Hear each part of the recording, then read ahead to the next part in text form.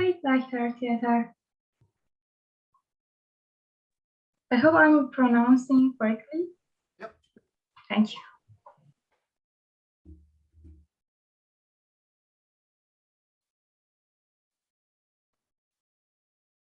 Is Francisco here for the awards?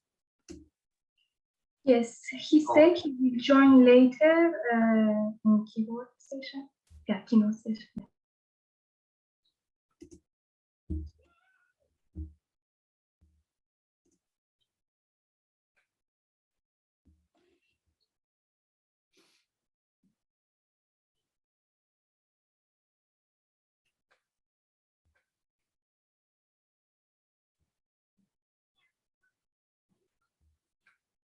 I'll be right back.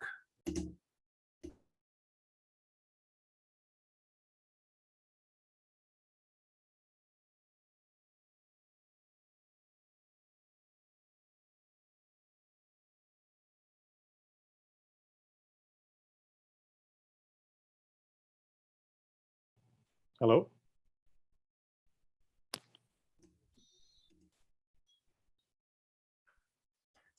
Wolfgang, how's it going? It's going. Thanks for the little aside there that it's noon and so on, because I realized that it was never communicated in which time zone this was going to be, but so I changed a few things on my side and everything is fine. So it's just good. It was just a little bit of a panic moment there. I was like, really? I'm happy we sorted it out. Okay, I'm happy we sorted it out. That's what matters. I was actually asking you when I said that, but I wasn't sure either. But anyway. Oh, you weren't sure either. Okay. All right.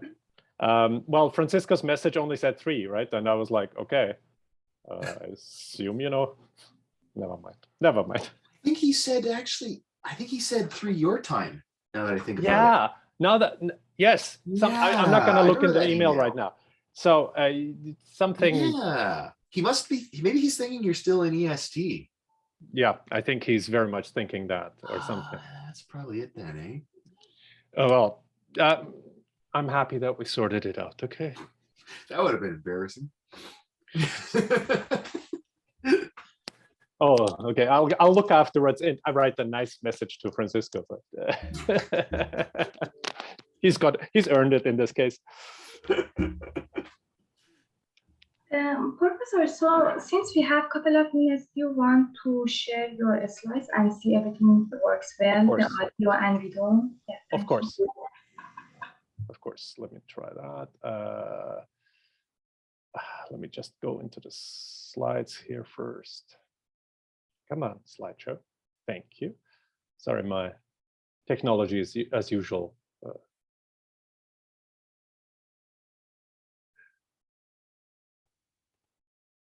I think that should share nicely now. Okay. It sounds great. Okay, good. And do you have a video or audio? Sorry, what was that? So do you have any video or audio? Yes, I have video, audio. Good question.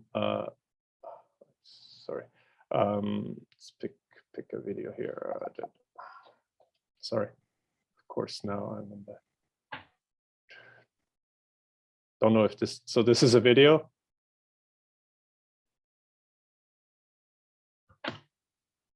Okay. It doesn't have any sound, right? Just. Give me a second here.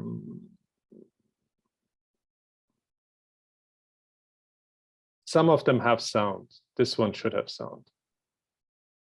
Let's see. Oh, this one doesn't autoplay for some reason. Does this one have sound? No, I cannot hear anything.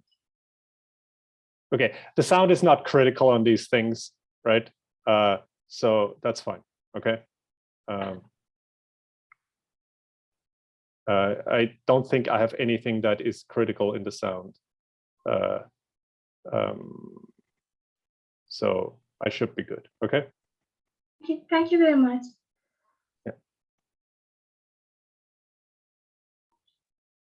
So I'm going to share slides and yeah. I'm going to minimize the video window here so that as little as possible is blocked of the content here. Let's see, maybe down here. Let's see. So, Dr. Taylor, do you want me to play at first the slides for? No, I think I'm not sure. That's up to Rob really, but I believe first Rob will be talking briefly to introduce me. Yeah, I've got no slides. You have okay. Yeah, so I'm just going to briefly introduce Wolfgang in a minute or two, and then I'll let him take it away. And then I suppose Francisco will have some slides when he gets in for the closing. Thank you.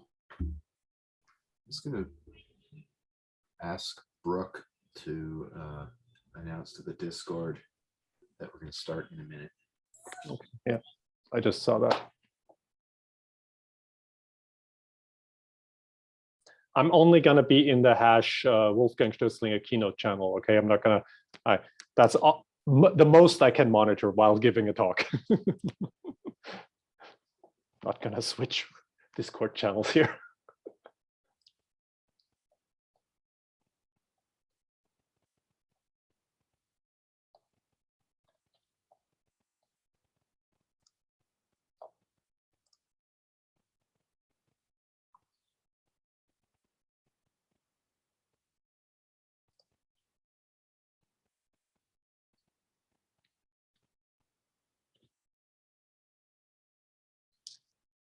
So let's wait another minute or two here for other people to get in.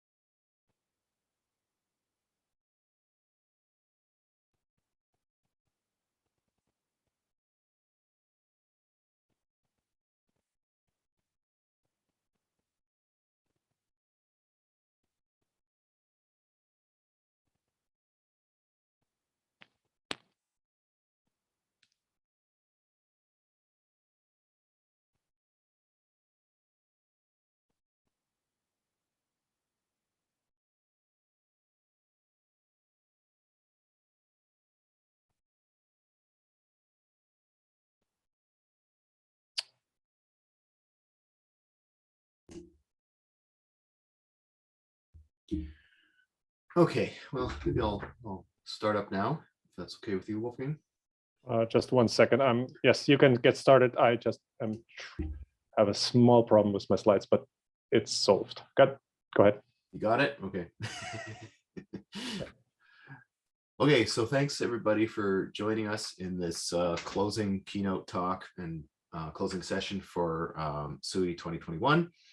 I have the pleasure of introducing Professor Wolfgang Stößlinger from Simon Fraser University in the School of Interactive Arts and Technology. And I'll briefly introduce Wolfgang before he takes over here. So a leader in 3D user interfaces, Wolfgang has worked on substantially improved 3D interaction techniques, hardware and software for virtual and augmented reality.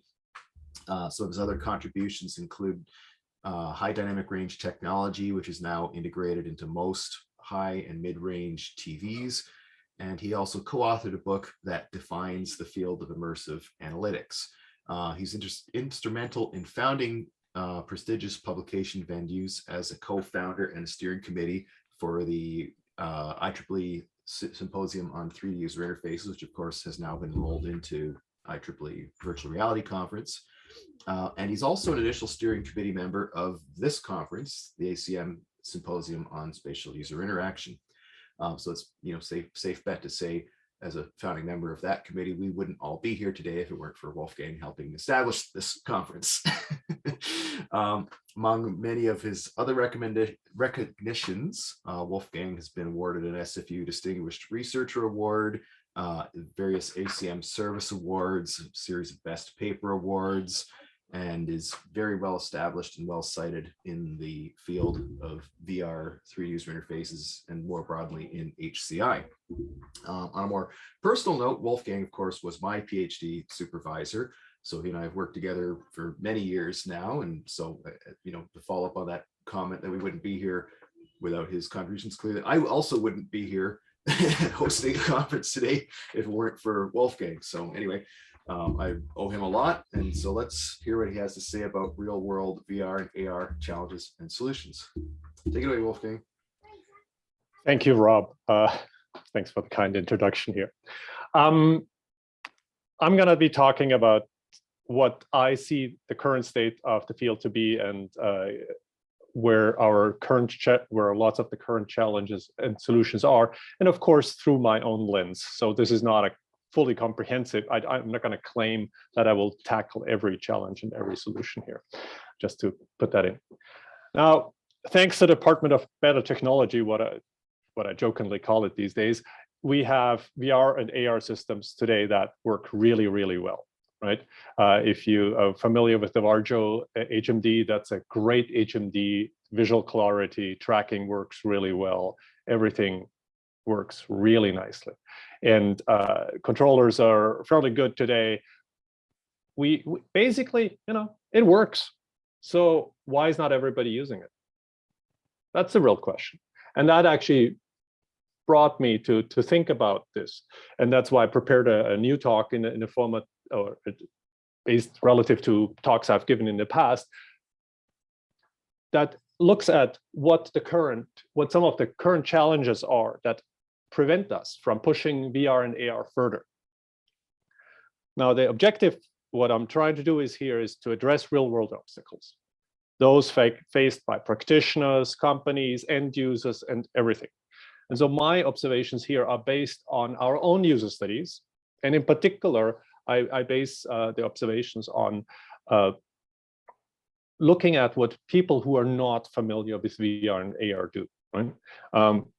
And typically also, to a lesser degree, but still also a big difference, looking at what non-gaming participants do, because that gives you a lot more hints about what the average person might be able to do. I also base my comments on knowledge about human capabilities, skills, and limitations. So what are people capable of doing and what they're not able to do? And also to listening to people outside of our field. There's a lot of hype around VR and AR, and some of it actually has been justified in the sense that look at the visual clarity that you get from a Varjo helmet today, right? It's amazing. I love this thing, okay? It really works well, right? And people are starting to see that, right? If you look at where VR helmets are used today, they're used in real world applications where people are trying to actually do something with the technology that we have, and they're trying to address engineering problems and all kinds of other problems. And so here's a list of things that I see as currently as challenges: precision, ergonomics, reliability, the depth dimension or the third dimension, but more the depth because it's visual depth, spatial skills, and then a lot of the virtual environments that we really would like to tackle and that are either dense or multi-scale or both. And so I'll be talking about these for today. Now, let's talk about precision and precise interaction. So where do we need that? For anything as simulation, for computer-aided design, for engineering, and lots of other fields. Basically, and I'm joking here a little bit, not for games and entertainment, where precision doesn't really matter that much, right? If you're in a metaverse, to go riff on a current topic here, if you're in a metaverse and things don't align perfectly, that doesn't matter so much if you're having social fun, right? But if you're building a virtual building, or we're looking at a virtual building or at an augmented building, you do need often the precision, right? I mean, there's lots of stories where people actually try to design something in VR and then things don't fit together and everything. That's not something that we can do well today. Now, I will be talking about lots of research results out of my group. I will be talking in some cases research results from other groups. For my group, I've typically put a little bit of citations into the talk. You will see those citations briefly pop up in various places. If you're interested in more details, you can find them all on my website of my lab, the Wise Lab. So one of the things that we looked at recently was how bad is jitter? Because we all have our VR controllers, right? And we all know that, yes, there is a lot of smoothing going on and filtering and everything, but how bad is it? And, you know, Rob Tedder and others have looked at what latency does, and smoothing introduces latencies, all these issues. How do we actually work this well? And so in a recent experiment, we just tried adding rotational jitter to the controller. And we found out that time and error rate were significantly impacted when you add only half a degree of jitter to a controller. So that's not great. Okay, so 0 is actually not 0 here, just to be clear. That 0 is the natural jitter of the controller. This, in this case, a HTC Vive controller. And we typically do take great care to calibrate our systems as well as we can before we run our, as well as possible before we run our experiments. So the 0 is actually 0 added jitter. And so this gives you an idea that jitter is not good. Especially in this case, and in here is especially when we look at raycasting, right? I mean, which amplifies jitter along the ray, and that's fundamental to raycasting. That's actually per se not a technical limitation. That's really a limitation of how raycasting works. And if anybody says, well, that's a technical limitation in the sense that the jitter comes all from the tracking system, then please take a laser pointer and point to something that is 5 or 10 meters distant. Please don't point at airplanes or anything like that, but point at something in the distance and watch how much your hand trembles. So there's a natural limit to how accurate we can point with a ray. And that's something that's interesting to think about because, and I've spoken with lots of people, right? Some people say, well, no, in a game, I can hit a pixel. Yes, you can. And yes, technically speaking, a mouse pointer is similar to raycasting in a game environment. True. However, a mouse is much more precise than a raycasting environment. Right? And we have looked at that, for example, by comparing directly head-on a mouse, a controller, and a pen-based device. Now, in this specific, in the first study that I'll talk about here on this slide, is we actually used OptiTrack. So optical tracking, not a VR control, not so tracked by external means, and by retroreflecting markers. The reason for that being is that we would get better performance than relative to what, say, an HTC Vive controller or so on can do.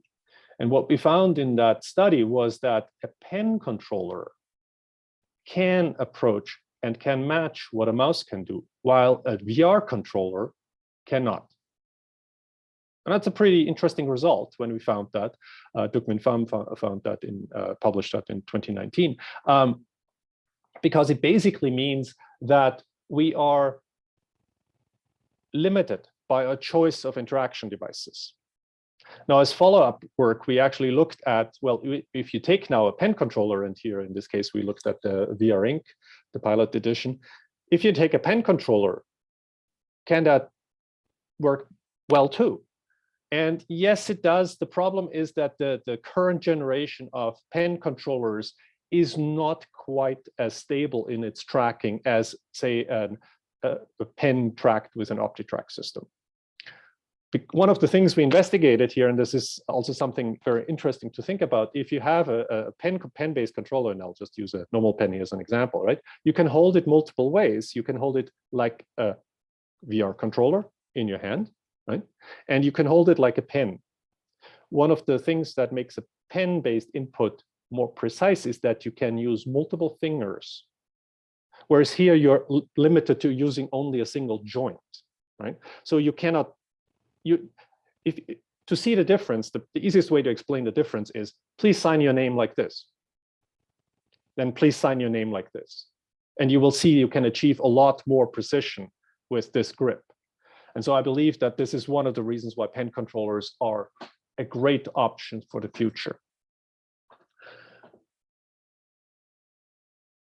Another way to get more precision is, of course, to introduce constraints. And so I'll be talking about a couple of systems that we've built that use constraints. So this is an older system that's a desktop system in this case. So now we're using the mouse for interaction, where we're using a sliding metaphor where we slide the objects across surfaces. And when it gets hidden, in fact, in this case, the system, it popped to the front. And the reason for that was, again, using non-VR users and non-graphics savvy users. They were very surprised when the object disappeared, and they were like, I've lost it now. And so we decided in this particular system to pop the object to the front. That made it robust and made it possible. One of the things that goes with the sliding paradigm is that you now simply have a way to slide an object relative to the surfaces, and you always keep things in contact. I've been talking for many years about this concept that we are in VR often assuming that everything floats in the air, right? Yet when you look around yourself, nothing floats in the air. This is not a real world assumption, right? We don't, the best things, you know, soap bubbles and things like that and clouds, but those are the exception, not the rule. Everything else in your life is connected to standing on something or connected to a wall or hanging from the ceiling. So a sliding paradigm makes a lot of sense. Now, we have taken this recently into virtual reality, where we have tried to take the paradigm of sliding just into VR. Now we are using a VR controller and basically using it like a mouse cursor to quickly move objects between positions that are in contact with the wall here. Now, of course, the next question is, okay, fine, great, but what if I want an object that is up in the air? What we'd introduced here is basically the idea that you hit the shift key or any button that allows you then to lift something off the surface. So what this is now is a context-sensitive method that allows you to slide objects relative to other objects. We compared this with other techniques, in this case, raycasting with reeling. As you see the implementation here, and you can see already just from the video that this is a lot slower. Or we've used a variant of the go-go technique where we basically tried to scale distance based on the distance of the controller. And so this allows us now to, again, move objects in free space. And then we came up with a simplified version of it. And I'm not going to go into all the details here. But what I'm trying to say here is by allowing people to basically slide relative to a wall, and this works off diagonal surfaces for simplicity of implementation here. We have not done this in this in this specific instance here, but it makes it easy to position objects in space. And it also has the nice property that it makes it clear to the user that if you position an object in space, it's the exception and not the rule, right? The rule in this specific system is that everything is connected to something. It doesn't float by default. Now that, of course, depends on your application scenario, but sometimes you want to have everything connected to a central object that floats in the midair. I understand all of these things, and I will point out that clearly there's interesting discussions to be had. But as far as I'm concerned, a constraint-based interaction is very, very powerful. Now, other efforts that we've done to try to look at precision is what can we do to do six-staff manipulation with, in this case, freehand interaction to make it to position objects as precisely as possible in midair. And so in this case, together with Chris Glomino and Jung-Eun Han from Korea, we basically went to a paradigm where we have pivot points where objects can rotate around that allows us to basically precisely say this point. And when you set 2 pivot points, you obviously constrain now the rotation of the object, as you see here, right? And when no constraints exist, we just can grab the object and move. Now, this leads to behaviors that are quite interesting because you basically get the quick, okay, I can grab an object and rotate it and put it roughly in the right position.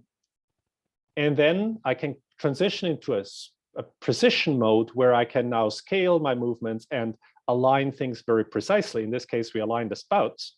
And one of the interesting outcomes of this study is that people naturally did this. They naturally picked extreme points on the objects to make the alignment easy.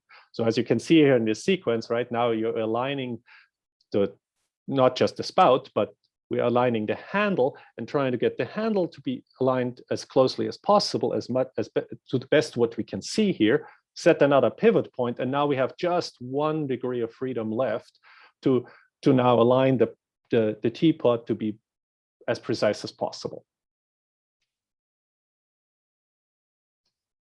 No, sorry, excuse me. Yeah.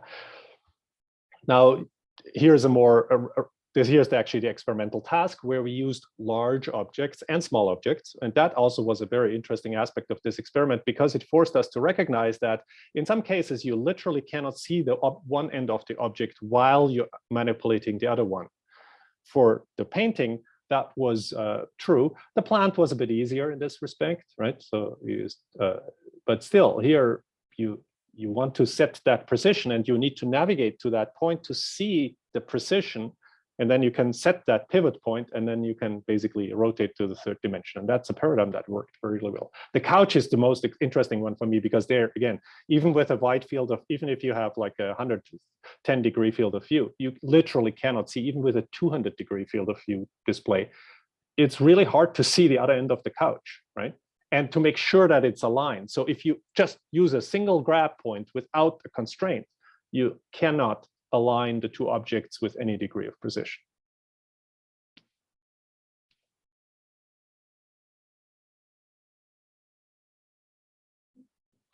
And yes, in this video, we of course, this is one of us doing this, but in this case, most people use the extremal points of the objects very naturally to align the objects very nicely. So that worked quite well for precision.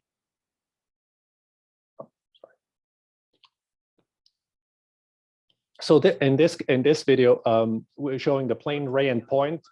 I don't think you hear the audio that's in here, but the idea here is again that we can introduce constraints, and so this case shows what happens when you just manipulate things naively in virtual reality without the use of constraints. With the use of constraints, and you see them shown here as grids, visualized here as grids, we can place objects a lot more precisely, or in this case here, rotational constraints, it's much easier to do things. So with Dev Hayatpur and a couple of others at Toronto, we came up with this system where we can define constraints by using hand gestures. So this is the plane gesture. We could also use this gesture here, right? I mean, it depends what you can recognize with the controller, really, right? So you can have a plane constraint. You can have a ray constraint, either this way or this way, but you can see here one-dimensional constraints in action, right? And while the second hand holds, we can actually keep that constraint active. So depending on exactly what both of your hands doing, you can introduce constraints and basically combine constraints. And that's what this plane, ray, and point system did. With the ray constraint, right, you can basically create axes, right? So here in this case, this gesture, and now we can grab that second object and slide it along the ray and rotate it also around on the ray. And if we change our gesture here to be also a one-dimensional gesture, we can slide in different directions. So that makes it very easy to temporarily and quickly define constraints, and thus also make it easier to manipulate objects more precisely. With a point constraint, basically that's a point in space. Now we can basically rotate on a sphere or change the distance.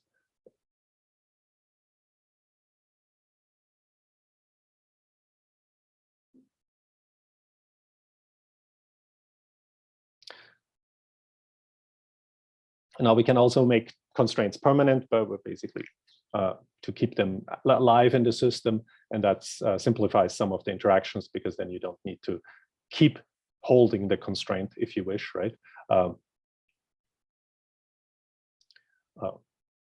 One of the other options is that we can actually activate multiple constraints here. So you'll see now 2 constraints together. So now it's very easy to align an object into, say, the edge of the table and these things. And these combinations of constraints make it very natural to easily create content that then also, matches the constraints that you would expect from the real world. So this is here a use case where you basically try to put the fan on the ceiling, right? And so you hold the constraint and just touch and done. Now, that's some of the solutions that we have presented in the space of precise interaction, and we're working on additional things.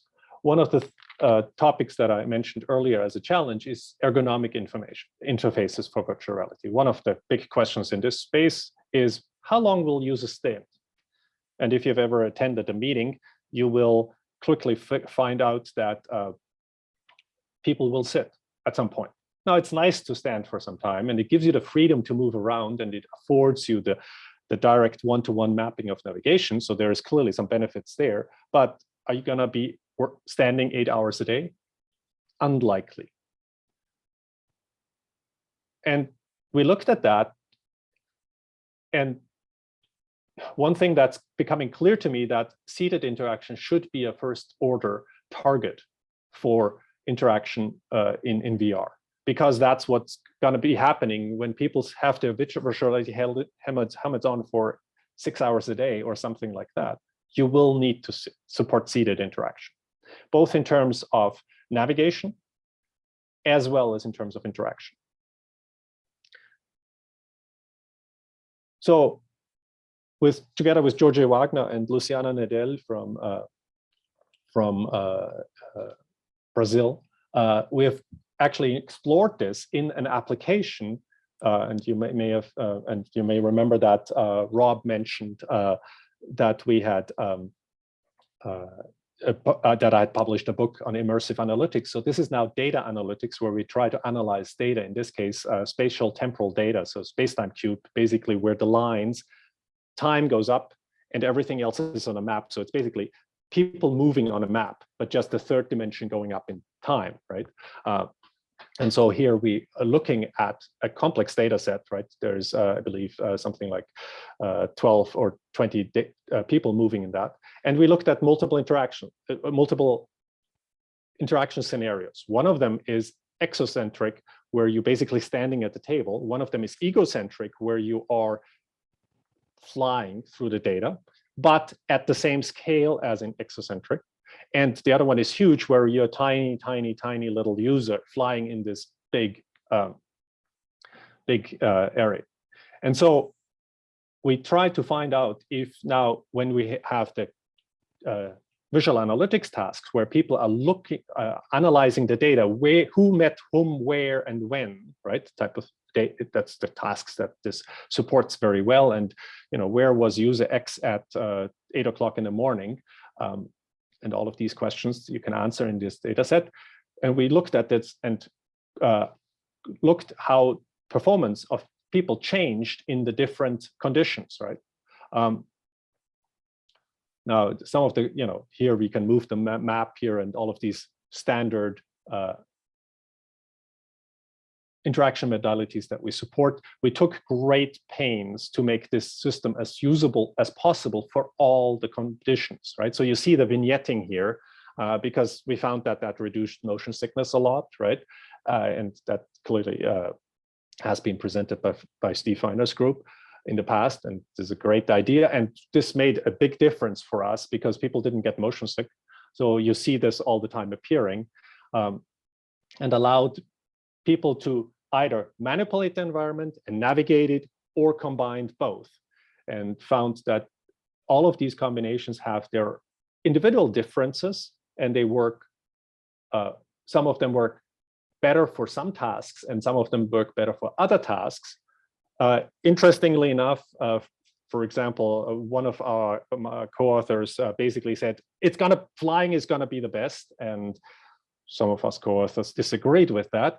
And so it turns out that it depends. The answer is it doesn't always work better, right? So is flying, egocentric flying, a great solution? Yes, in some cases, but sometimes it's better, for example, for precision, to have an exocentric viewpoint where you actually look outside from the data. But clearly, some of these metaphors you can do while you're seated, some of them you can't. And so that speaks to also the design space here, that you need to think about what you can do and what you can't do in terms of ergonomics when you do this for 8 hours a day.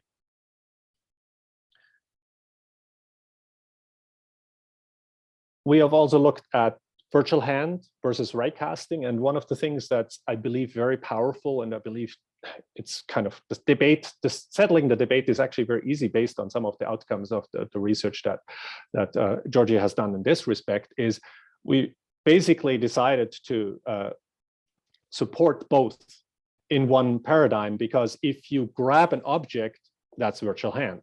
If you just point with your finger and there's no object close to your hand, then, well, we're in raycasting mode. And so that works very well. And I believe this is the simplest option to deal with the problem, because it supports both modes.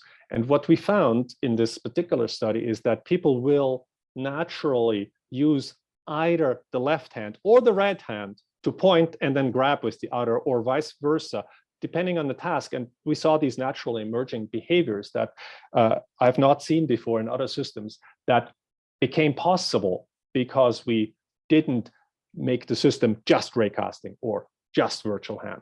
So the mixed mode was actually preferred by participants, clearly, and there was no significant difference between the modes. But again, the preference clearly told our users, well, this is better. And it was also, the mixed mode was faster for some of the tasks, and that was also very interesting to see. A little side note on that particular project, we also had Georgie implemented with the Oculus controllers, basically just that if the one controller gets close to the wrist and it's in finger length and you calibrate the finger length in advance, you can use it like a virtual smartwatch, and that allows you to have various modes and so mapped to a virtual smartwatch paradigm. It's a very cheap way to deal with modes, and very usable way to deal with modes. The participants in the study also appreciated this. Speaking about ergonomics, a lot of people want to enter text in virtual reality, and my group has also looked at this, and Document.fam looked at this, and we experimented with some of the methods out there. The Google Drum keyboard is a good example that affords up to 50 words per minute for an expert user. We took a much more pragmatic route in this case. We built a Hawker's tray. So there's like hockey games and various other sports where people go through the stands. Well, before COVID, of course, go through the stands and sell, drinks or whatever. And so we put a keyboard on such a tray and tried typing in virtual reality. And that worked amazingly well. For novice users, meaning novice people who have not experienced VR before, we recorded 77 words per minute while standing. And you can use this also while sitting, because it just fits onto your lap. To give you an idea, 77 words per minute while standing, that's basically desktop level performance. This is basically the average performance of people writing on the desktop keyboard. So this is as good as it gets. The project also some side outcomes that are interesting. We implemented various see-through modes. You see that we used the RGBD sensor to actually try RGB and so on. The video mode worked best. People preferred that. There was less noise than in the RGBD data. And we turned the video on only when people were looking down at the keyboard.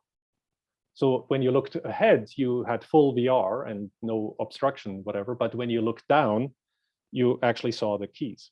This turned out to be interesting because we actually tested not just with basically writing words. We actually also asked people to write special characters like square brackets and so on. And so people had to look down at some point. And that actually turned out to work quite well with the video condition. So the option to look down and be able to see the keyboard slash and or mouse if you're on a desktop is a good one. And Varjo, for example, is now offering that as part of in their Varjo-based system. When you look down, you see have the see-through automatically activated, and that makes it easy to interact with anything on your desktop. So I can only recommend this. Now, in the following section, I will be talking about reliability of user interfaces. And this is actually something I've several other research projects in my lab, one of them being text entry and other input methodologies. And this actually, I will be talking about some non-VR results in this that directly apply to VR, but it's easier to explain at this point what's happening in the non-VR domain. I think we all recognize that some VR, AR technologies fail occasionally. The pinch recognition is a prime example, and I will explain the example, what I mean by pinch away from the camera on the next slide in a second. Basically, anything that uses a recognition technology can fail. Eye tracking, tracking glitches, everything. So how does that affect users? That's the real question. How does that affect interaction?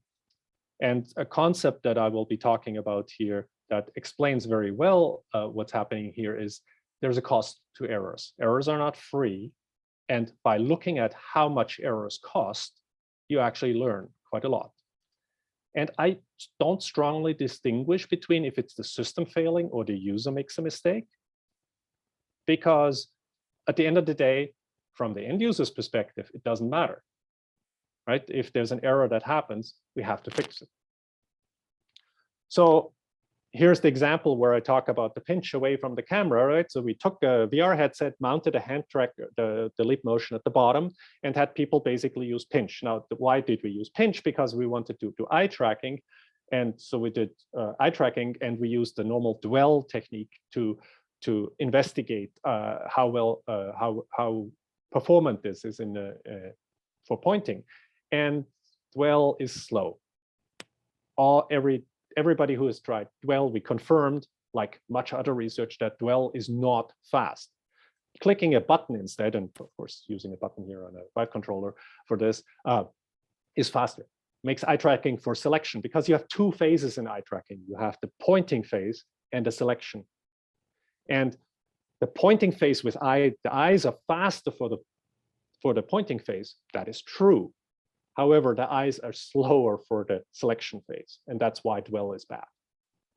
Now, so we shortened the duration for the selection phase by just using a button, or we tried the pinch gesture. Now, some of our participants, and this is really where an eye-opener for me, some of our participants, imagine I'm wearing a headset with the sensor in front of me, and when we say, please pinch in front of you, they did this. They pinched in front of them. Looking from the camera, they pinched like this. And of course, the sensor went like, I don't see no pinch. Obviously, because it, can you detect exactly what I'm doing with my fingers here at this point from your viewpoint? No, you can't, right? Well, with a very high resolution camera and very fast technology, we may be able to detect it from the movements in the fingers, in the muscles, basically how the muscles move here. We may be able to reconstruct potentially exactly what the fingers are doing, but can you detect if the two fingers actually closed, as in pinched or not? That's really hard at that point. And so that's why I talk about the reliability, because subjects naively did, okay, pinch, pinch, pinch. And why does the system not recognize it? And they don't understand it. And I agree. Why should they? Well, how could they? So we're actually faced in our daily lives today with a lot of those assistive technologies, right? If you have any speech activated device, then you are more familiar with speech recognition errors. Top left is out of my own text log here. This is basically somebody sending me a message and trying to get it right, but autocorrect not working as it should. As you can see, it took 3 tries, and I was very amused by that, and I basically my next message was, I'm going to use this in my presentations because it's a beautiful example of how autocorrect can go wrong. And similar, every mid-air generation interaction also suffers from recognition errors, right? Or the lane detection and all of these assistive devices that we have today in cars, right? All of these don't work all the time. So you'd say, well, but errors can happen. Great. One of the things with errors is that there's also the concept of errors on errors, right? I mean, sometimes you make an error when you correct an error, and then it gets really frustrating, and user frustration peaks. We've done some studies, and it's brutal what happens. So you'd say, well, but users can adapt. Yes, that's true. Humans can adapt to various situations, but there are some conditions on why, how, and why, and when people can adapt. So let me talk a little bit about this. Technology is not predictable, and I think we can agree with that, right? Every recognition technology is sometimes very finicky and so on. But it's worse than that, and autocorrect actually is a beautiful example here, because the autocorrect algorithm sometimes change when you do an update to your device. And you're not informed that your dictionary for the autocorrect has changed, right? Nobody tells you that, oh, the last Steam update now changed your tracking algorithm, and suddenly it behaves differently. That makes it really unpredictable for people. Normal people also don't generally understand how, they pinch like this and they don't think about the fact that there's a camera here. Why should they? That makes it hard to adapt because a system appears to be essentially failing randomly. And if you can't predict, and if the human can't predict if and when a system will fail, then you can't adapt to failures. Because there's no indication on what and how you can adapt to. So we have looked at that in the text entry domain, and here's as an example, a gesture entry study where people are entering gestures. Now this is on a tablet, but you can imagine doing the same thing in VR in midair, okay? And the way we did this was we gave people these 7 gestures. These are from the graffiti gesture set. They're roughly unistrokes. And they're we picked a set that is quite distinct, and then gave users an alternative that they could use if it didn't work, right? So if the B, the first character, wasn't recognized, people could do that triangle stroke, the right triangle stroke, as an alternative. And we only 7 gestures, so very small, constrained, easy to remember and everything domain. And so we studied what happened. And so here is what's happening when as the error rates increase. Blue is 0% errors, so more or less perfect recognition. Modulo, of course, that people will sometimes make mistakes on their own, right? But we subtracted that out, basically. 10%, 20%, and 30%. And as you can see in this plot, that people started to use alternative gestures more and more as they progressed, and not surprisingly, the more unreliable the system was, the more of the alternate gestures they used. Then we looked at the more interesting segment between 0 and 10%, which is a 90% working system, right? On the right-hand bar is 90%, 92%, 95%, and 0%. And we found that even at that range, we still see an effect. So there's behavioral changes between 90% and 100% accuracy, or 0 and 10% errors, right? And they're all significantly different. So what we learned from that is that failing systems introduce a cost, and people can switch, but it's not working as well as you think it should be. So the outcome is users can adapt to a faulty recognizer, in this case, a gesture recognizer. It depends clearly on the injected error rate. To be usable for anything useful, 90% accuracy rate is necessary, right? We had really frustrated users when we tried it with the 80 and the 20 and 30% conditions, which are 80 and 70% working, right? People frustration was really noticeable. Yes, unprintable words abounded. But it works only if the alternatives are easy to discover. They need to be easy to discover to do this.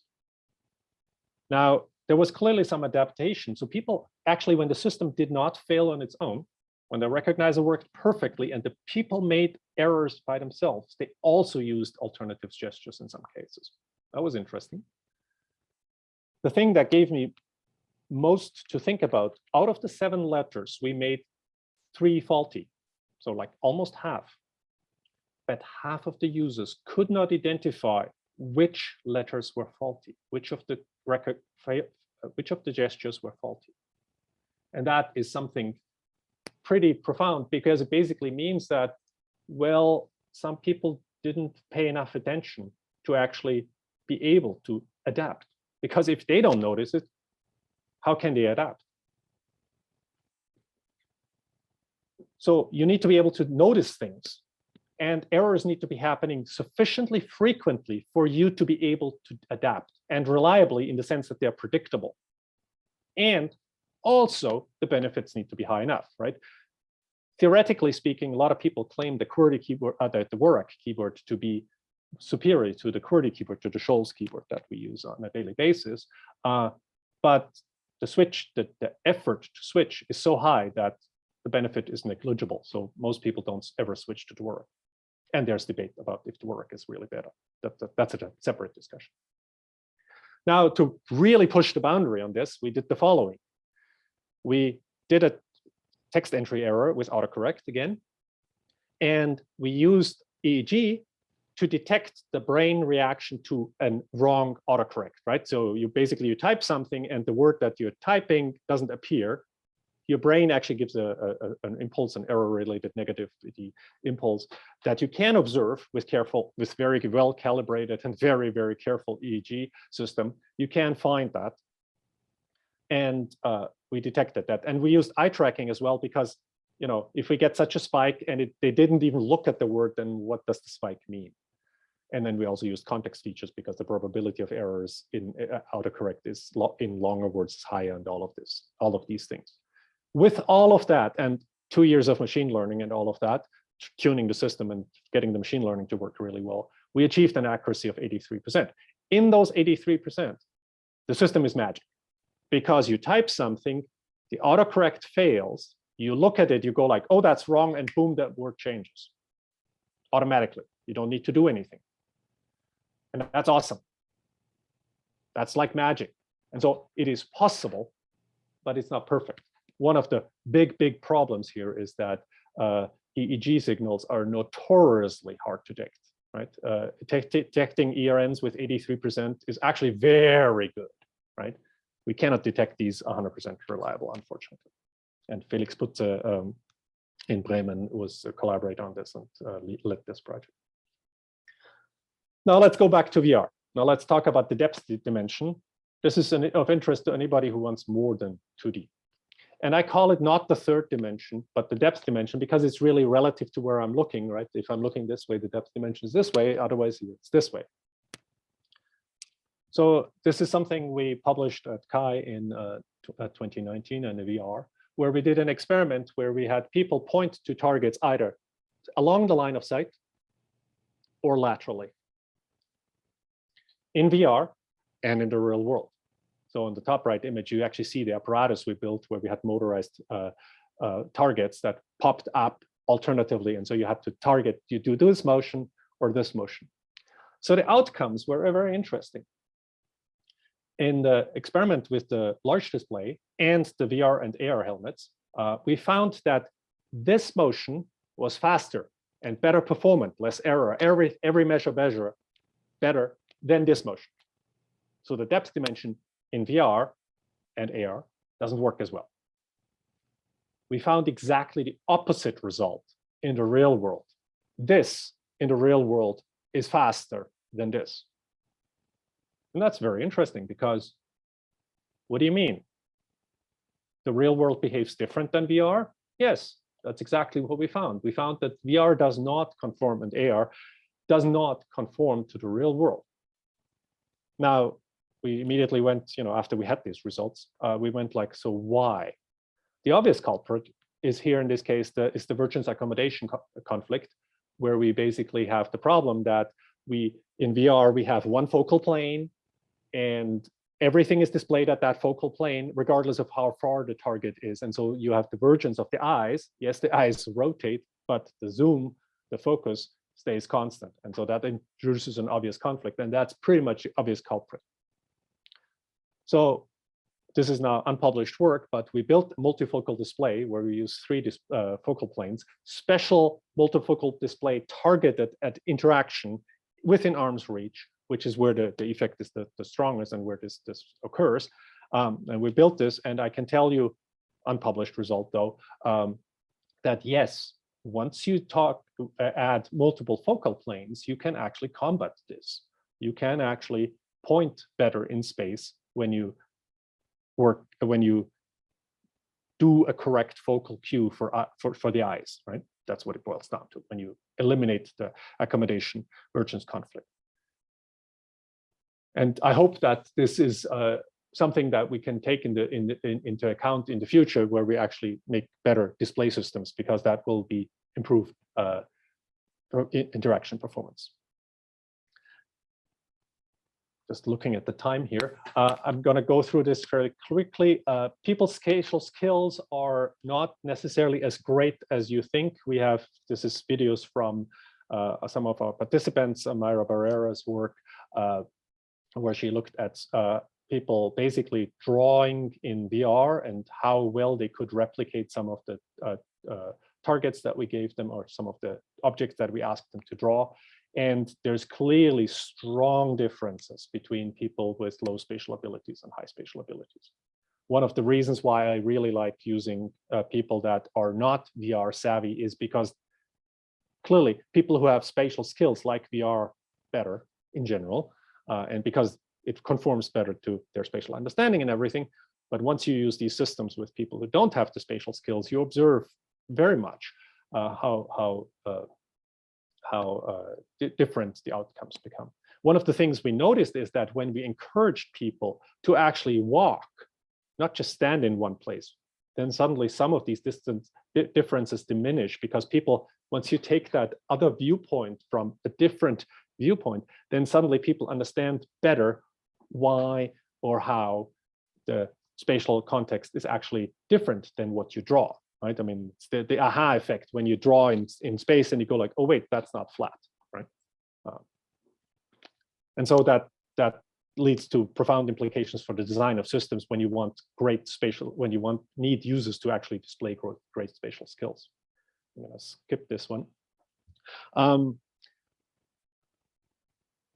I want to briefly talk about one of the challenges that we face in VR, namely that we actually want to interact with very dense environments. So you see an aircraft engine here on this slide, and there's lots of parts within parts, within parts, within parts. A similar problem occurs in volume visualization. Say you have a shock front, a turbulent shock front, where you have all of these hundreds of folds of the fluid going inside each other and so on, where it's just geometry up on geometry up on geometry. And so how do you deal with this? How do you actually even select something in there? Now you can say, I'm just going to fly in there and rely on the clipping. And then you have all these pieces of geometry sticking into your eyes, basically. And the ergonomics of this is not exactly ideal. People complain about it. Yes, I've had people, I ask people, you know, how well did this work? Well, there's always these things sticking into my eyes and I really don't like it. I agree, it's not good.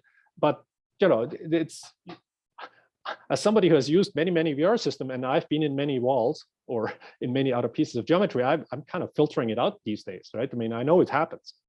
Well, the normal user goes like, no, this doesn't work. I don't understand what's happening. So some solutions, actually, I'll skip this one here. We looked at that again on the desktop for starters, right? Where we actually looked at what we can do if there's objects that are hidden. And so in this case, we're using now the mouse wheel to actually look at layers beyond the first visible layer. So this is the soundtrack for this video is click, click, click, click, click, click, where you use the mouse wheel to reveal layer after layer after layer, right? And so we looked at techniques that allow us to now manipulate objects that are hidden behind other objects. As you can see in the side view on the right-hand side, we can transition between layers, and by using a transparency mask, we can also even slide objects that are hidden behind others. Now, this is obviously an iteration of the work you have seen before, where we now deal with hidden objects, right? And this works fairly well on the desktop. And one of the things that came out of this particular work that people actually really like this, because once objects were hidden, they didn't need to change to a different view. And so it becomes so much easier for them because they could temporarily basically say, well, I have this lens behind. Now, current work in this area actually looks at, this is again unpublished, we are looking at, can we take this now into VR? And so right now we're exploring, for example, a slicing paradigm where we slice along a plane, and then within that plane, we can select objects. And again, using a scroll wheel metaphor to actually scroll through the objects, because even in this case, you see the slice, right? And there's lots of objects that are hit, but with the scroll metaphor, we can scroll through the objects, both in depth as well as through the set of objects that displayed. And so if the target is, for example, the part that's highlighted in yellow at the moment, right? We can use some of the transparency techniques to actually look at what objects, where the object is and where it is, and then actually find the correct object, even though it's in a densely occluded environment.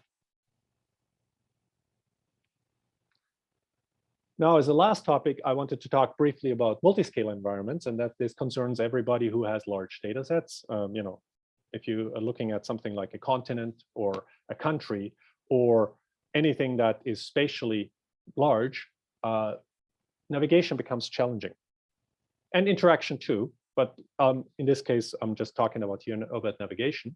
And games actually work very, very well with this. One of the things that becomes very obvious in this case that there's a cost to navigation. It actually exists in single scale environments too already, the cost of navigation, and people often forget that there is a cost to navigating. It takes time, okay? It's not free to rotate your head around an object, right? But in multi-scale environments, this cost becomes so much larger. And so in this project that I want to briefly talk about, we explored distance-based steering. So where we use the distance to the next object as our measure for the speed of the user. So in this case, we looked at locomotion in a very large environment.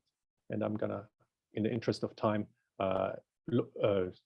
may skip some of the video. Yeah. So we use the point and teleport metaphor, but where we're not using classic teleport because there is no surfaces to teleport to. Basically, you're teleporting into empty space, so we need a ray-based metaphor, and the little sphere at the end of the ray shows you where you will end up. And as you can see, you know, if you want to navigate through a solar system, you need to radically change your differences, right? So the distances that you navigate, because it is so large. Now, we didn't do a one-to-one scale here in this case because that would have pushed things a little too far from a graphics point of view and so on. So we compared a manual distance control, manual teleport, where we basically now can scale the length of the ray, right? And a nonlinear scaling, because otherwise it becomes pointless. That allows us to basically say, okay, here's how far we want to go, and then jump there, right?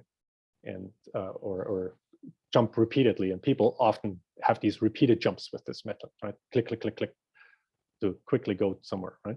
And that works fairly well. The manual teleport works reasonably well, and it allows you to navigate through very vast scales, right? As you can see. Or you use the distance so in other words, when you're in free space, you're flying fast, and when you are in dense space, you're slowed down. So when you fly through this asteroid belt that you see, you get slowed down temporarily, and then once you're through the asteroid belt, you can fly faster. And so that actually worked quite well and allowed people to quickly traverse much larger distances than what you typically see in VR environments. So in this case, we also put a Death Star in, and of course, the obligatory scene of flying through the tunnel in the Death Star, we put that in for fun. And looking at the time, I'm going to skip the rest of this video and go say thank you to all the students, both current ones as well as past students. And you can see some of the most important names here on this slide, as well as my collaborators. And I'm happy to take some questions.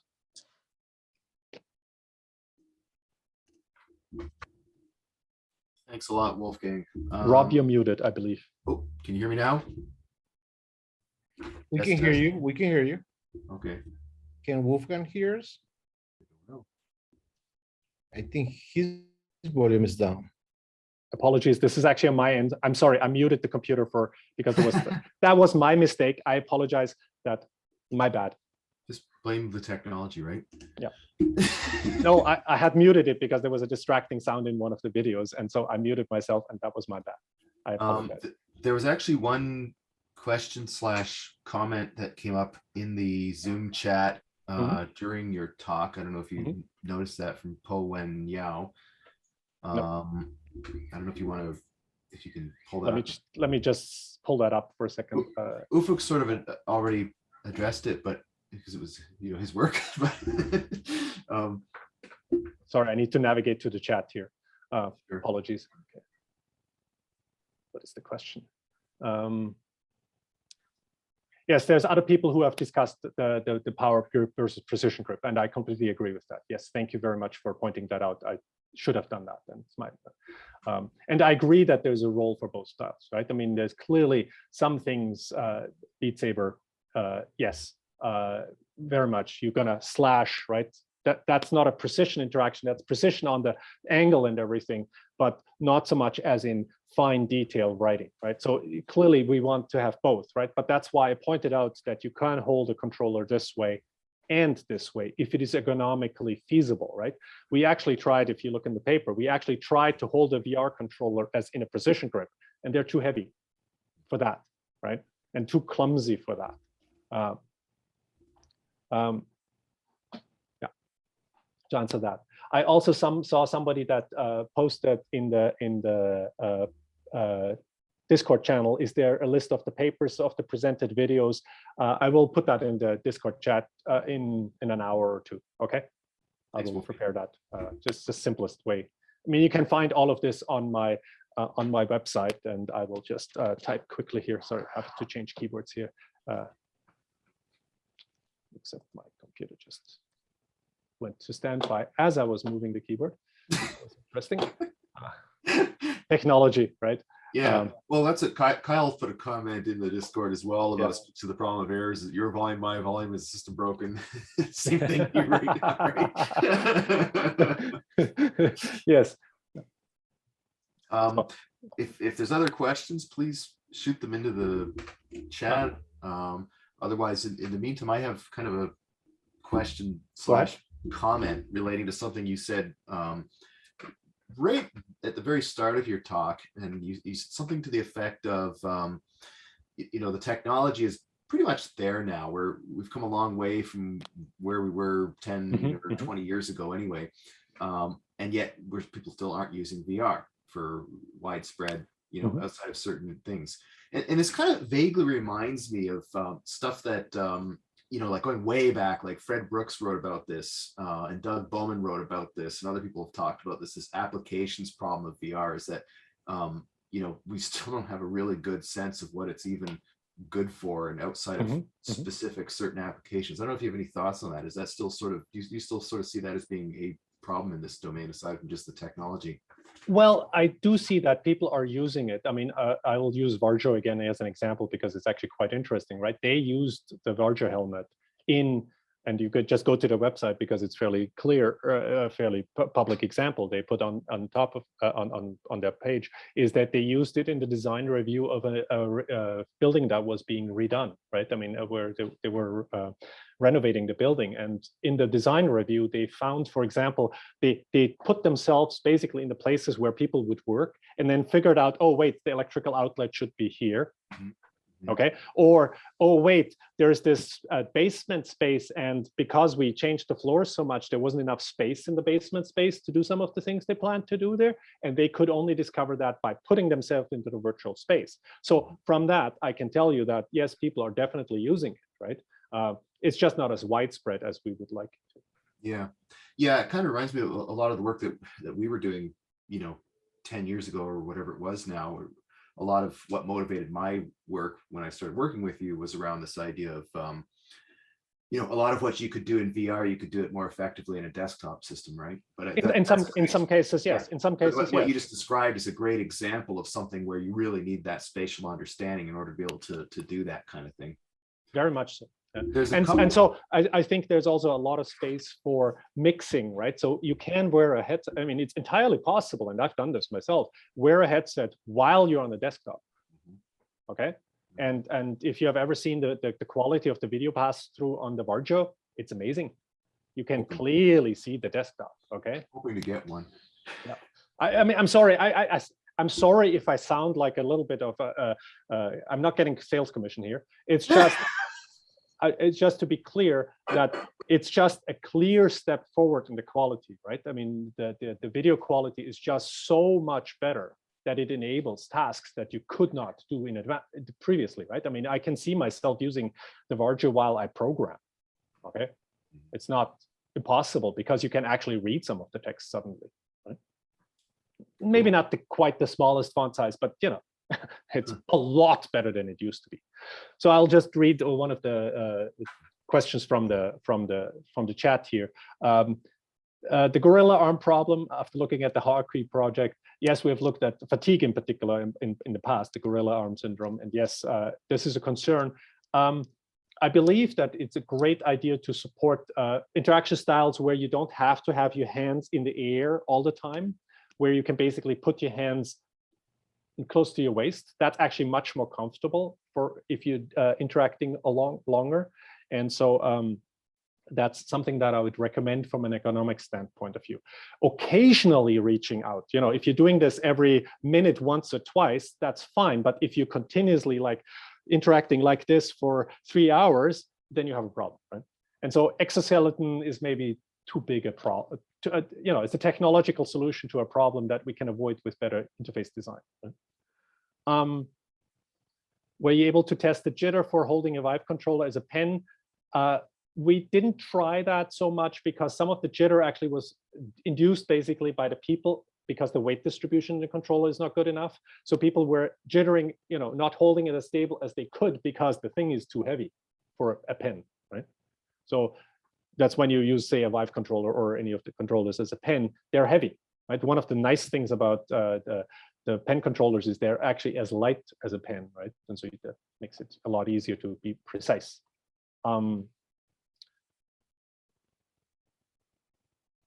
So yeah, the last question in the Zoom chat here, for the selection and dense environment in VR, how does the user control the placement of the cross-section layers? Right now, we are actually using basically the touchpads like a scroll pad. We're basically using the touchpad, but that's one of the ways we are experimenting with it. We can't claim that we have found a great solution for this yet. And there is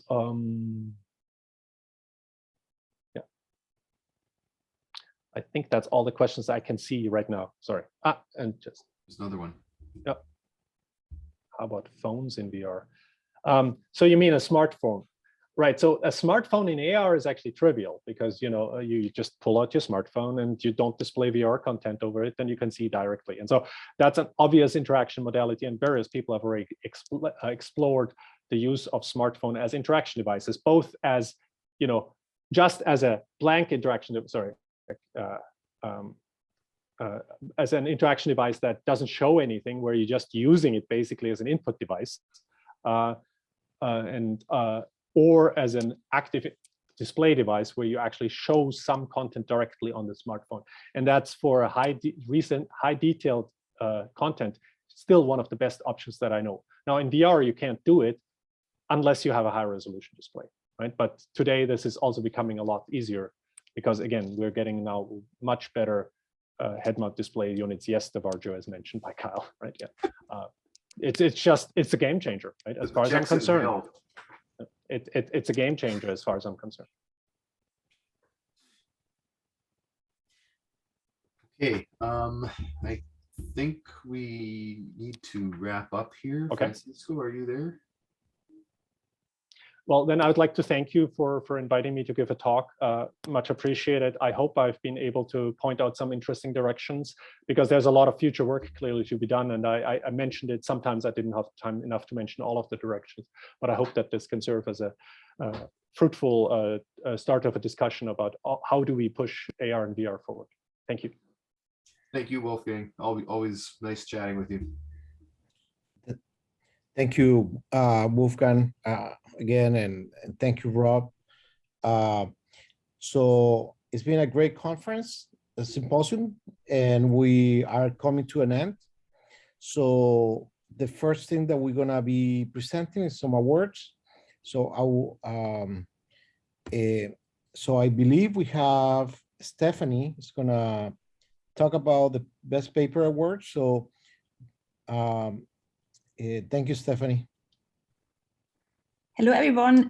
It's a great pleasure to be part of this. And so I had a very nice support from the other committee members here from the awards committee, from Ma, Jutta, and Eike.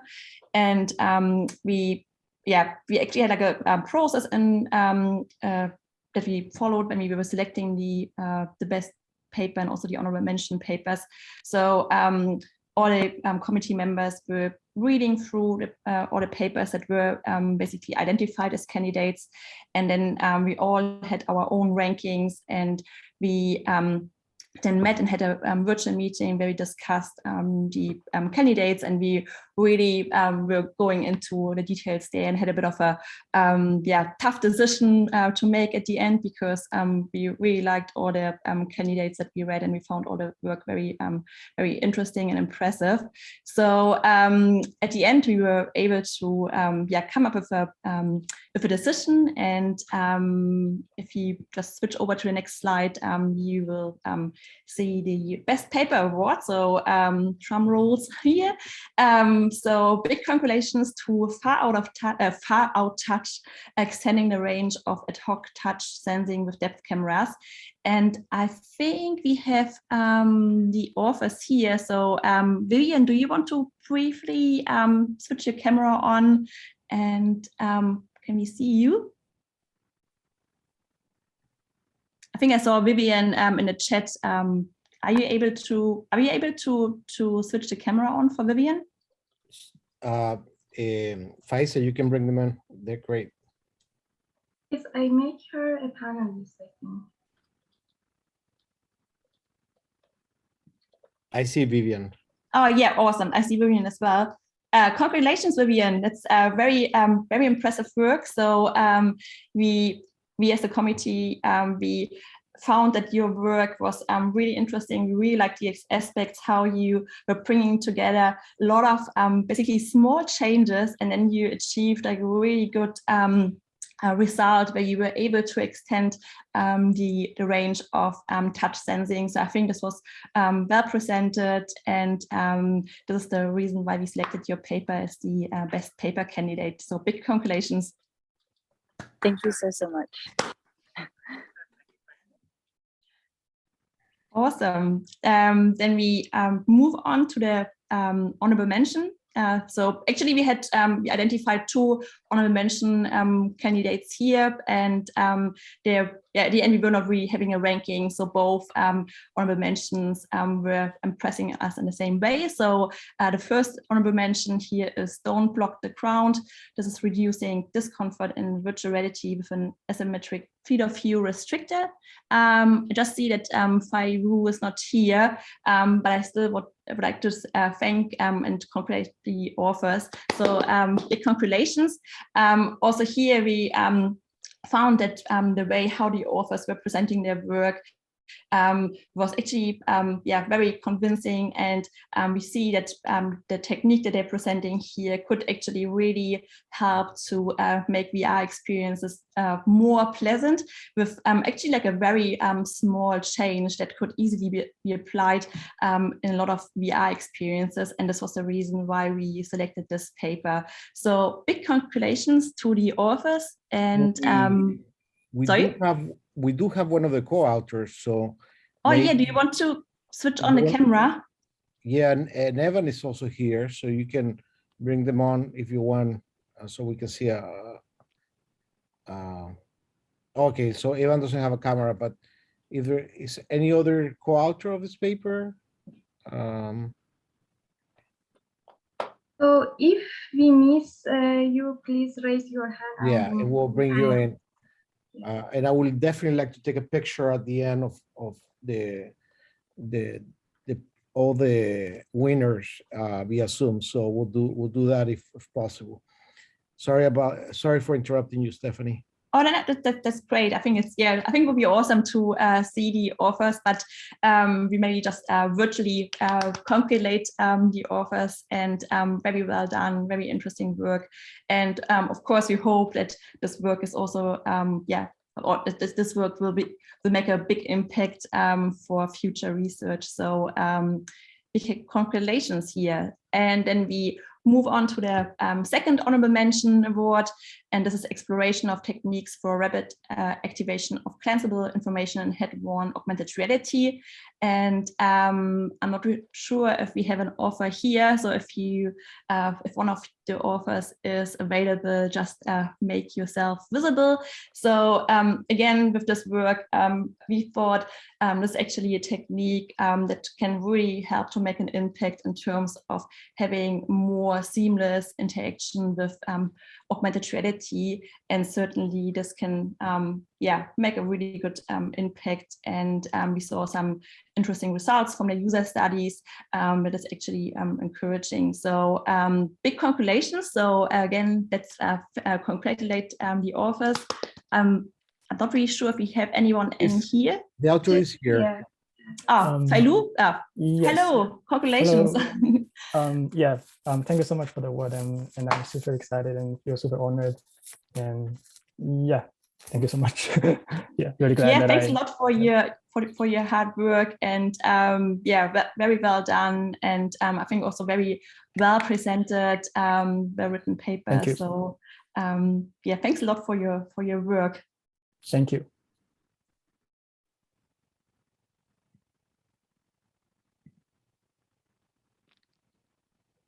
Okay, so I think that's mostly it from my side.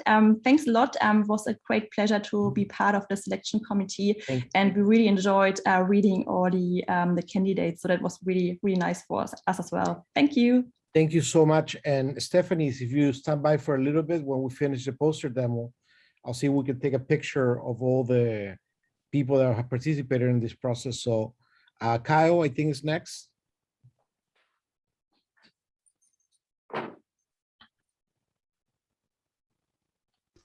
We had a total of 13 demonstrations and our posters, and just like a real conference, we sort of used the sticker method, but did that in Discord through our poll system. So hopefully you got a chance to vote, but it was a very clear winner in the end.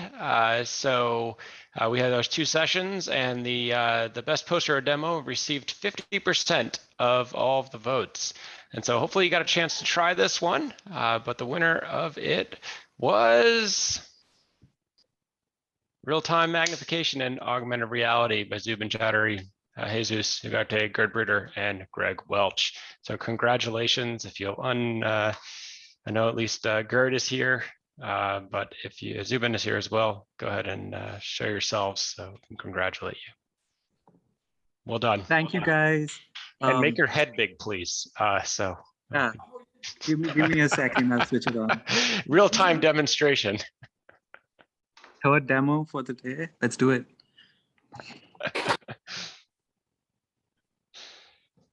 That's right. I should have given you fair warning. Yeah, give me a second. I'll be back. So, we can move on, and you'll see him in a second. Okay. We'll do a picture at the end. We're everybody then. So first of all, congratulations to all the winners. It's gonna go with a very small token of appreciation in terms of a gift, an award. We will make it to one author for simplicity if possible. I mean, if you want to split it, let me know, but it's not a lot of money. But thanks to our sponsors, we were able to get some money to be able to give you this. And I think the prize itself of winning is more important than the money, but we have the $200 for the best paper, $100 for the honorable mention, but it was split in two, so 50-50, and then 75 for best poster demo. So congratulations to all of you. If the author that wants to receive this, please email me. It may take a couple of weeks to coordinate with ACM, but we'll take care of it. So thank you so much. And I would ask if all the authors could, and the people that were involved in the work could turn on the camera. I want to take a picture. Let me know if Faye, would you mind turning on your camera? Vivian, if you can, just 1 second. Vivian, I don't know if you're still there. Yeah, and I'm gonna take a quick picture. Let me, I always forget if it's Shift Command 3 or 4. There you go. 1 second. All right, this is a picture. I should have said a cheese, but thank you. Thank you so much. And I do want to appreciate the poster shares for making the decision. Also, if you can extend our thanks, Stephanie, to the committee that you were part of that was selected by the program chairs, please let them know that we really appreciate the time that you took selecting the awards. So thank you so much, everybody. Can we continue to the next slide? So sadly but true, it's coming to an end. It's been 2 days. It's been great. We had some sponsors, and that includes the HIT Labs of New Zealand. Thanks to Rob Littman, a startup that has called the Haptic Fabricant. And if you go to the website and click their link, we appreciate it. My lab, also that you see that that nice drawing that my senior PhD student did. It's a nice well, it's not a Bigfoot, but wearing an AR headset and a Nintendo's controller. And then we have, of course, the ACM Kai and the SIG Kai, which are, that's how the conference sponsor. I also want to thank the steering committee. So, and most importantly, I'll go through thanking everybody that organized this in a second, but obviously the co-general chair, Rob Tethers, was extremely helpful because it's my first time doing a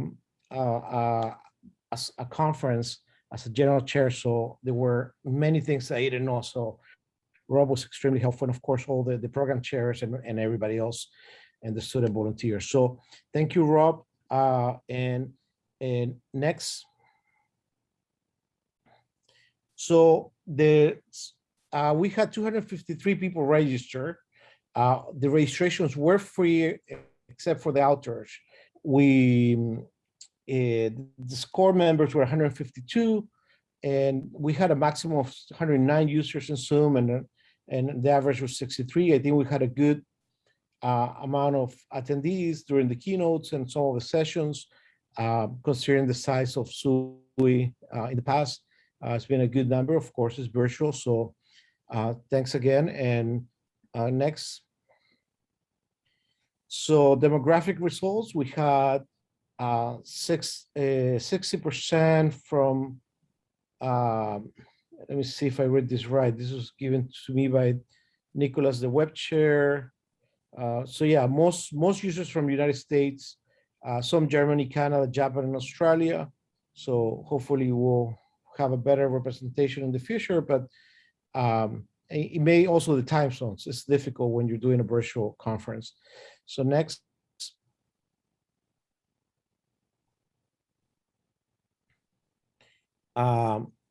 So again, thank you to the web chair. We had a consistent activity of 1.1K users. Is Nicholas here or not? I don't know if he's here. But anyways, I thought it was a great conference. Thank you. Next. So let me thank the steering committee for selecting Rob and I as the general chairs and putting trust on us. Of course, the publicity chair, Nikita Soni, the web chair, Nicolas Lipari. The amount of work that he's been doing is just a lot. Our social media chair, Farjana Eshita, proceeding chairs, of course, and he has so much knowledge. He's been instrumental. Steven Spencer. Next. The program chairs, Gerd, Tamativ, and Benjamin, Gebruder, Tamativ, Pewson Boone, and Benjamin Wayers. Hopefully I did pronounce them correctly. Thank you again for your hard work, and Ger's been leading all this effort, so thank you so much. And the poster and demo shares, Ufuk, Annie Ufuk Batsmas, Kyle Johnson, and Christopher Borst. Thank you again for being part of the conference and for helping out. Next. And of course, I think that the ones that done most of the work is being the student volunteers, which they're all gonna get a gift, which is 1 terabyte solid state, just 1 terabyte, not 1 gigabit. So you can store any pictures or videos or whatever you want. So you'll be getting that as a recognition, since you couldn't get your t-shirts and all the things that you would usually get in a real conference.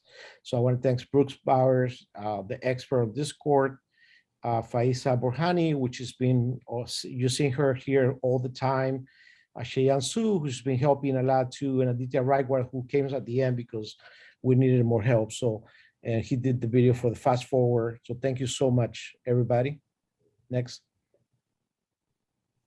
Again, the International Program Committee selected by the program chairs.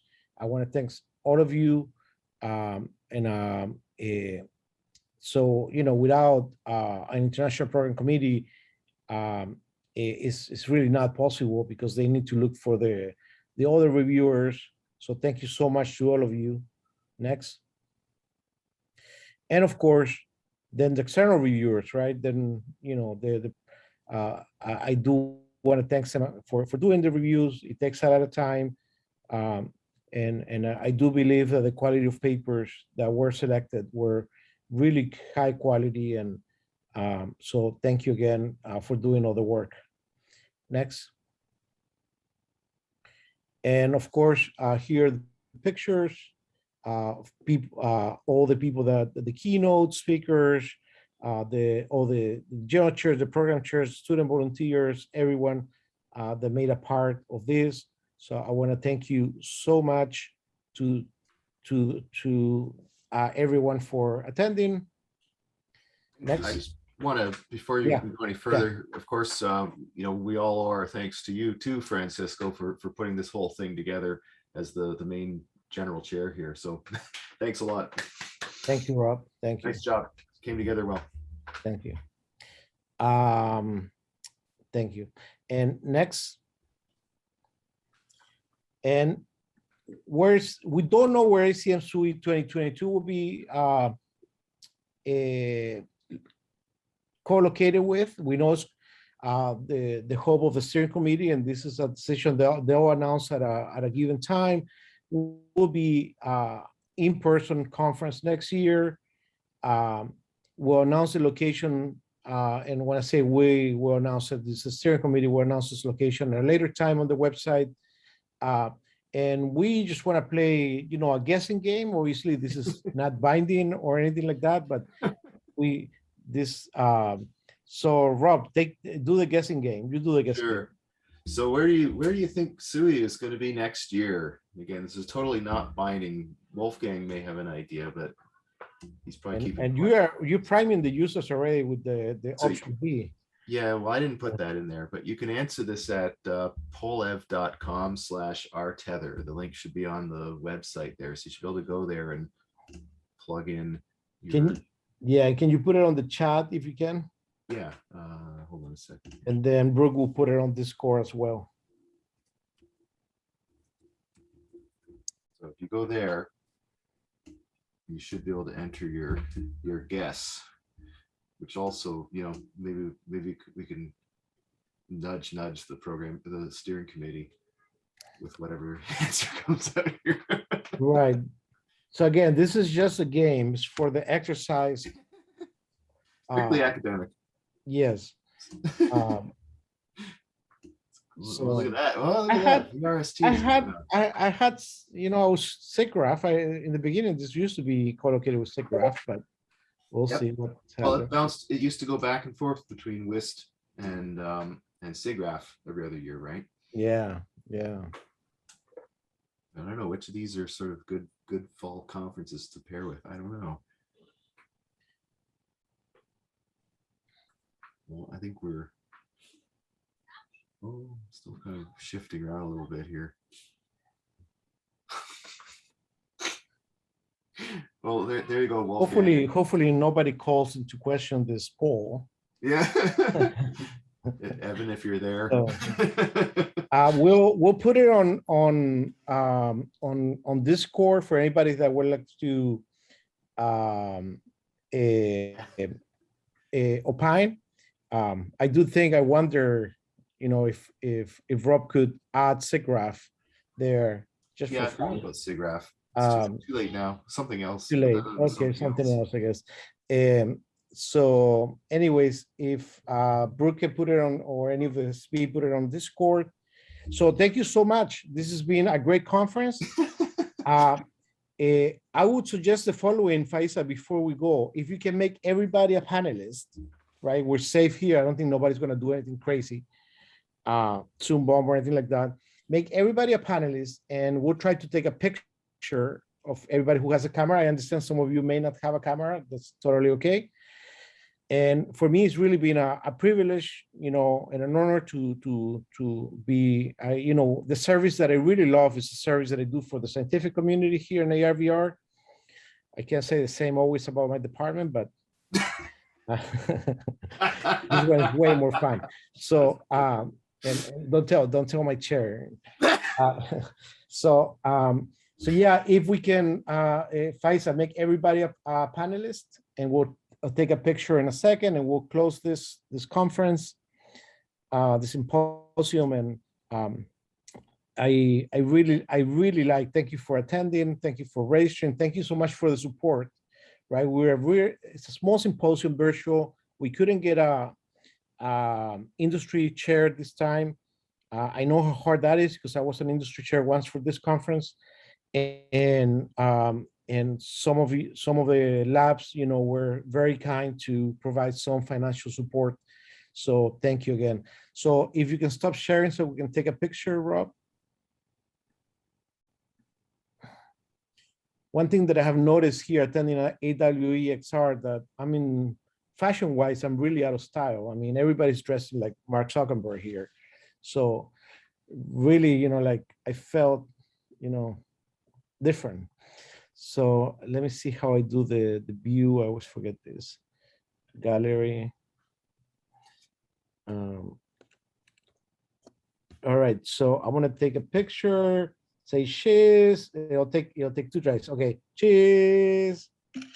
One more.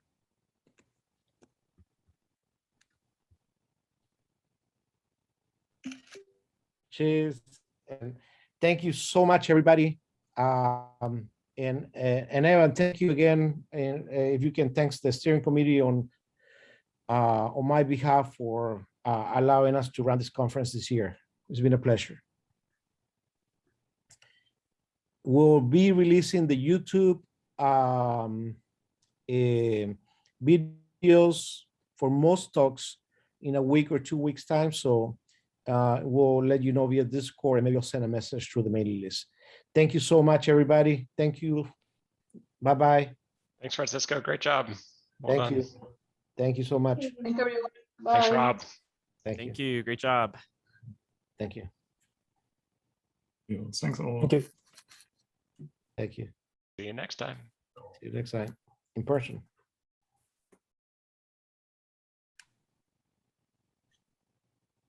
Thank you, Faisa.